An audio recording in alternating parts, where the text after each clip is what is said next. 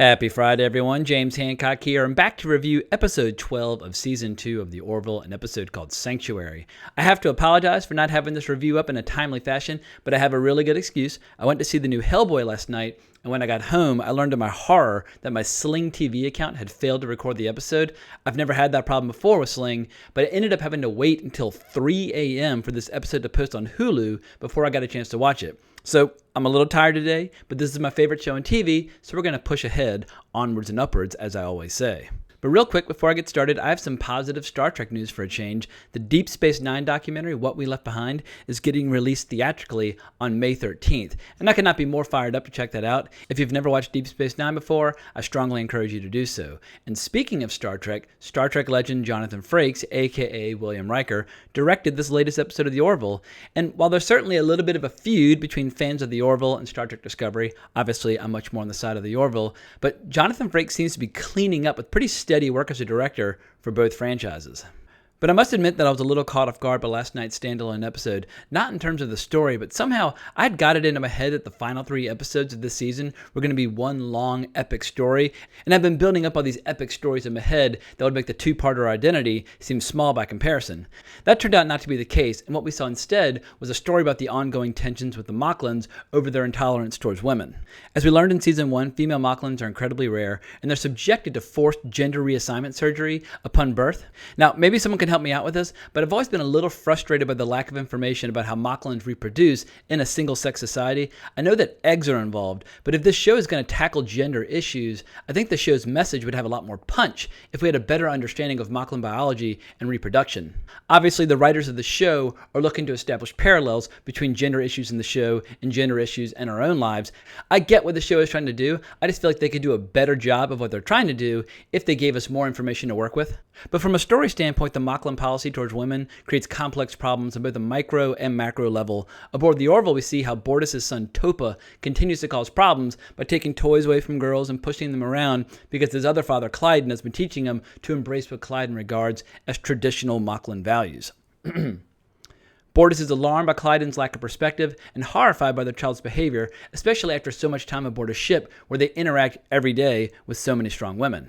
Much like Isaac's predicament in the two-parter Identity, we see how Bortus is increasingly out of step with his own culture in favor of embracing Union values.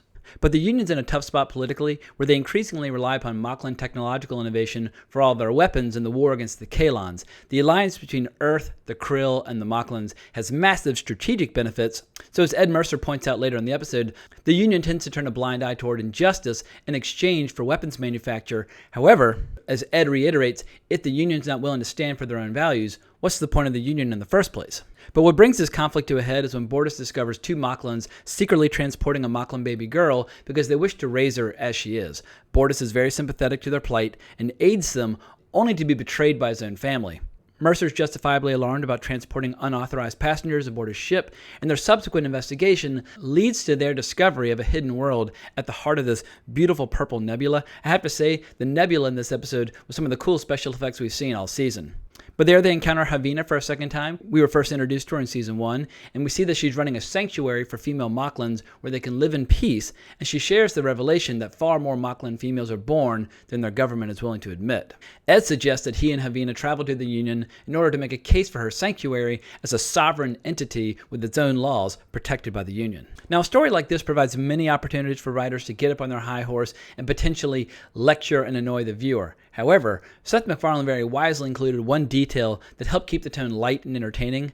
Havina discovers the song 9 to 5 by Dolly Parton. She's just enthralled. In her words, Dolly speaks with the might of 100 soldiers. And Havina ends up quoting the lyrics as she makes her case before the Union.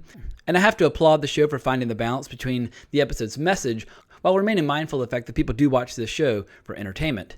In any event, the Moclans completely freak out and threaten to withdraw from the Union entirely, taking all of their weapons with them. Ed thinks they're bluffing, but a diplomatic solution must be found. At the same time, a Moclan ship attacks the sanctuary, and Kelly, Bortus, and Tala are basically forced to risk their careers following unofficial orders protecting the women on the surface, who are quick to pick up any discarded weapons and join the fight. For me, the most exciting part of the scene was watching Malloy try and outmaneuver the Moclan ship that's firing on them, using the nebula, much like in the movie Star Trek II: The Wrath of Khan, in order to disrupt the Moclan ability to target their ship. Luckily, before too much bloodshed, a compromise is finally reached where the colony will remain undisturbed in the short term, provided that they do not actively recruit any more women from the Moclan homeworld. So for the time being, the matter appears to be settled, but I have a feeling that for Bortus, there really is no turning back on this issue, both in terms of his relationship with Clyden, as well as his broader relationship with his own people.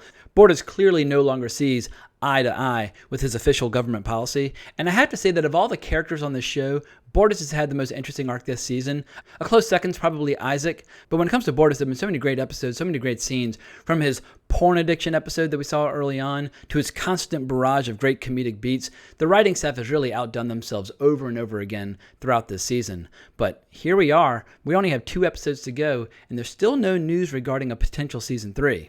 At this point, the lack of news on this front is its own special form of torture for me, but I choose to remain optimistic. But I think I'm going to go ahead and wrap this video up. The new Star Wars trailers are about to drop, and I still need to review Discovery, so I have a lot left to do today. But I hope you enjoyed this video. I hope you enjoyed this recap and review. If you want to talk more about Star Trek, the Orville, whatever, the best place to reach me is on Twitter at Colbrax. There's a link in the description below, but please consider subscribing to my channel. Can't thank you enough for the support. Hope everyone has an amazing weekend, but more importantly, as always, onwards and upwards.